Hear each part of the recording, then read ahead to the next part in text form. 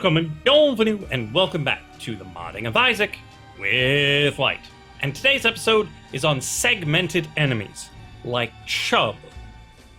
This is not like the segmented enemies where if you break them in the middle they split off into independent enemies. We'll likely do one of those in the future. This one is just for segmented enemies that move around in a nifty snake-like fashion, but whenever you hit any of their segments, it hurts all of their segments. Such that when you deal a certain amount of damage to it, the whole thing dies at once. So let's head on in, see what that's all about with Samson, why not? So here we are, we've got ourselves a big old ball of goo. It's attached to my mouse movements such that I can demonstrate things more easily with how the segmentation acts. And we're going to call him Mochi. Now, he can be killed. You just hit him like you would anything else, and he dies. He can also hurt you. Ow! But also, if you left-click, he gets bigger. And now you might be able to see why he gets his name Mochi. Different colored, fancily flavored, Japanese ball-shaped treats. But you can also see that as he moves around, his tail moves right along with him. No matter how I move him with my mouse, his tail is a tail and does tail-like things. And no matter how many we add, it just keeps on going. And then if we position him such that the middle is above Samson and we fire away, all of them die at once. Now, Mochi is not particularly strong. He is made of rice, after all. I'm not sure why that makes him weak, but he's a dessert. He's not supposed to be difficult. No matter how many of these you get, you'll deal a little bit of damage to him, and poof, he's kaput. And so that's what we're going to be working on today. This is the basics of how things like Chub and Skolix and Pin work. They've got a tail that trails along behind in a nice arc that just follows the movement. So you don't need AI to make the tail work. All you need is physics. And so let's take a look at how those physics work. They're deceptively simple. So if you didn't watch the previous episode on mouse control, you probably should. A lot of this code is from the mouse control episode, and I'm just going to skip over the parts that you don't really need for making Mochi. Now, we grabbed the entity by type, or the entity type by name, Mochi. We set up a constant, Mochi spacing. This is how far apart each of his little Mochi bodies is willing to be from its other Mochi bodies. So you can stretch them out like the Larrys, where you've got a little bit of jiggle between the body segments, or you can make him like Chub, where he's all scrunched together. And then we have target, like we had in the mouse episode, but this is the main Mochi head, the one that drags the others along with it. Here we've got 4 things that you only need for the mouse control. We're not going to worry about that. Here's even more stuff about mouse control. We're skipping right over it. This is all happening on render, such that it happens right with the blink of your eye. We don't have any stuttering involved when working with the mouse.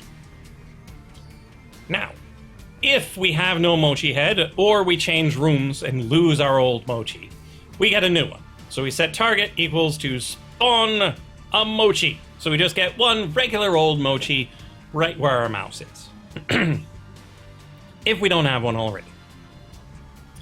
If we have one, you move the target to where the mouse is. So you move his head to where the mouse is. Then we work on the segmented movement. This works on a child-parent relationship, where the Mochi head is the parent of the next segment. That segment is the child of that head. And so on down the line. Each segment is the child of the previous segment.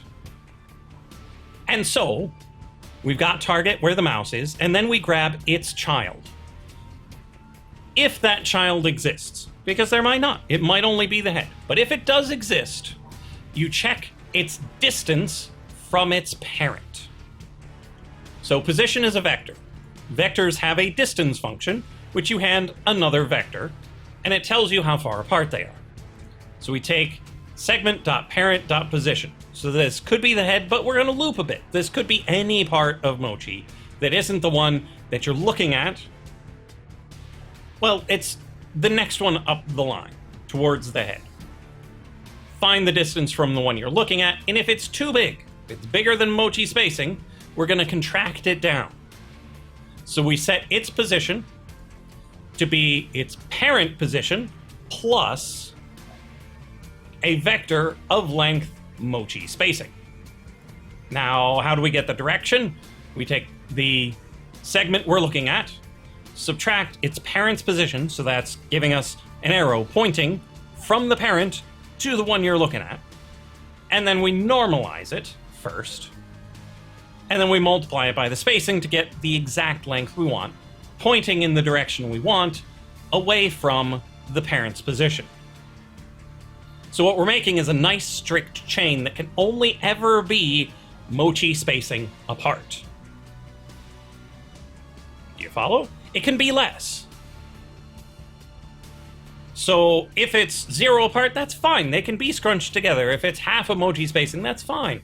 But if it tries to be more, it gets caught and it gets pulled along. You follow? If you don't follow, feel free to leave a comment. I can explain better. Then, after we've set that segment's position, we look at its child. So we're moving towards the tail.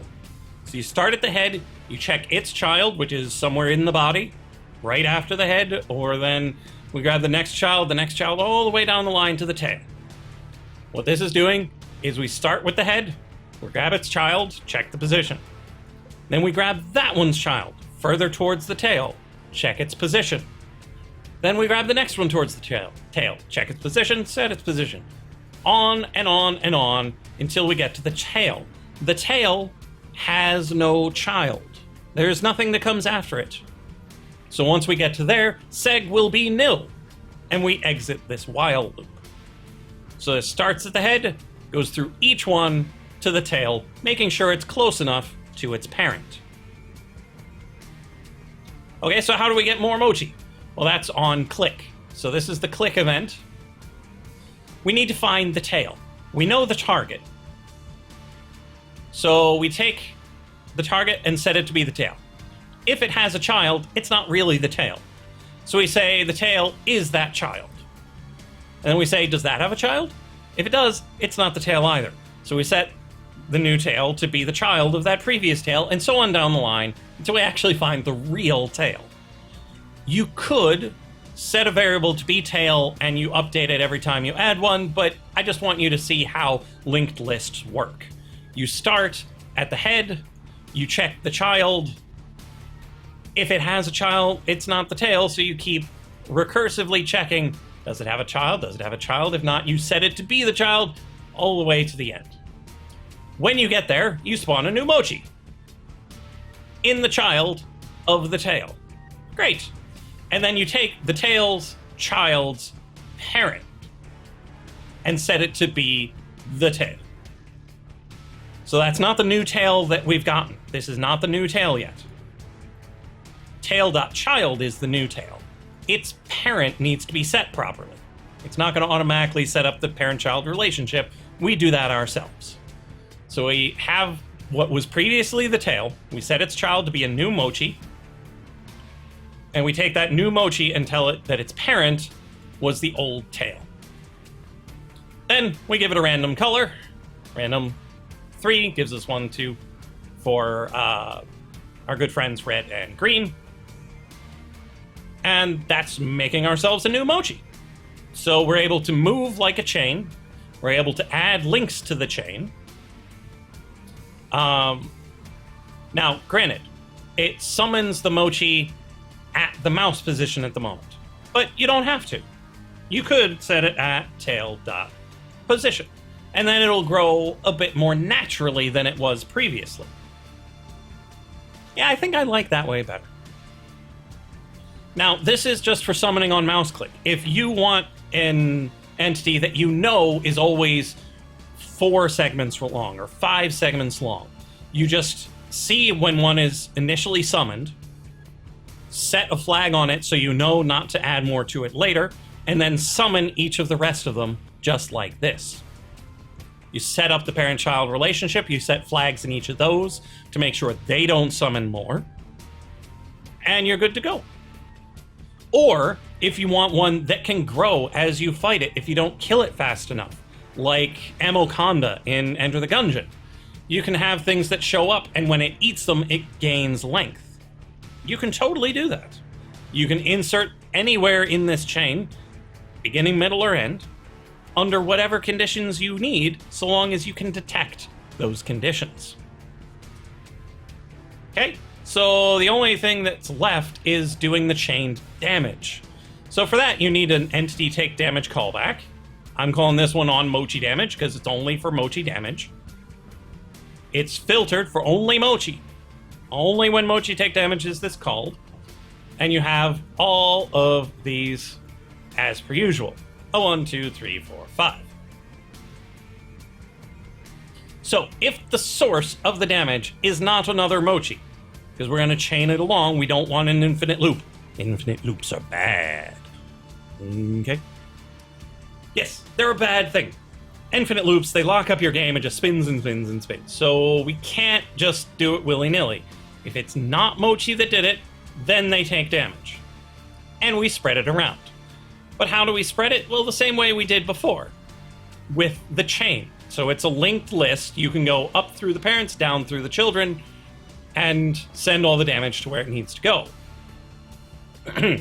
So I set up my parent chain to be the current Mochi that took damage, its parent.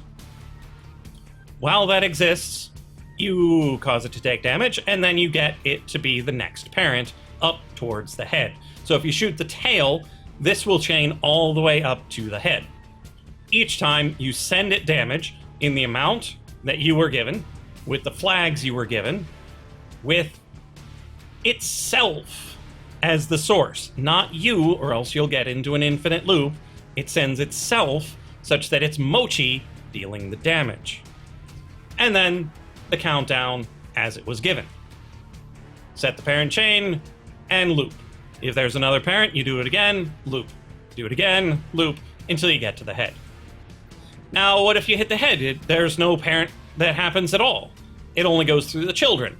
Child chain, you take the one that took damage and grab its child. If that exists, it takes damage. And you grab its child. If that child exists, it takes damage. And so on down the line until you get to the tail. So if you hit the tail, it goes through the entire parent way. If you hit the head, it goes through the whole child way. If you hit the middle, it goes in both directions. One way towards the head, one way towards the tail. Regardless, all of them take the same exact damage. It's really awesome. This is all it takes to deal damage to all of them. If you want something that will separate when one of them dies, that is a whole other thing. You'll need to be able to attach the AI to any part of it that doesn't have a parent. And you'll need to be able to separate them easily. And there's a lot of things that will go into that, and we'll likely cover it in a future episode. But this is just for the ones like Chubb, that the whole thing dies at once. It's pretty easy to do adding to a linked list. You grab whatever point you want, you set it as child, you set the child parent stuff properly to make sure the chain remains intact. And the movement, so long as you can follow what this says, where if it gets too far away, you move it to the correct distance from the parent via the direction times the spacing. This is what makes it act like a chain, act like a worm, act like a snake. Just this little bit of code. And make sure you set your Mochi spacing properly.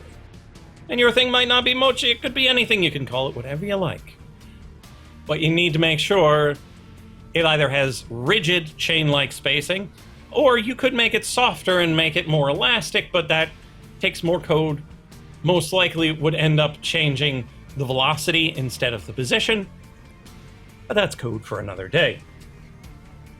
But that's all I've got for this episode. If there's anything in particular you would like to see, feel free to leave a comment down below. I know there were a couple of things people had been asking for, but they have all slipped my mind at the moment. I'll likely remember them later, but if you leave them in the comments or on the Discord, I'm way more likely to remember them. So I will see you in the next episode of The Modding of Isaac with Lyte.